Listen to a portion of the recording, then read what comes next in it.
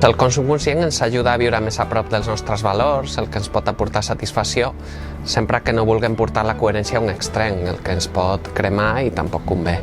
Ens anima a viure amb menys, el que ens pot permetre dedicar més temps i energia a les coses més importants, com la salut, el descans, les persones estimades.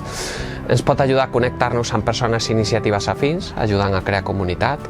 I és una eina que ens permet aportar el nostre petit granet de sorra per enfortir iniciatives més positives. Experiències que són també assajos, llavors, que ens ajuden a repensar el model socioeconòmic i a demostrar que a vegades hi ha alternatives que funcionen millor fins i tot i que aquestes alternatives per passar de llavors a arbres, per estendre's i generalitzar-se, necessiten també de canvis normatius ambiciosos, de polítiques públiques contundents.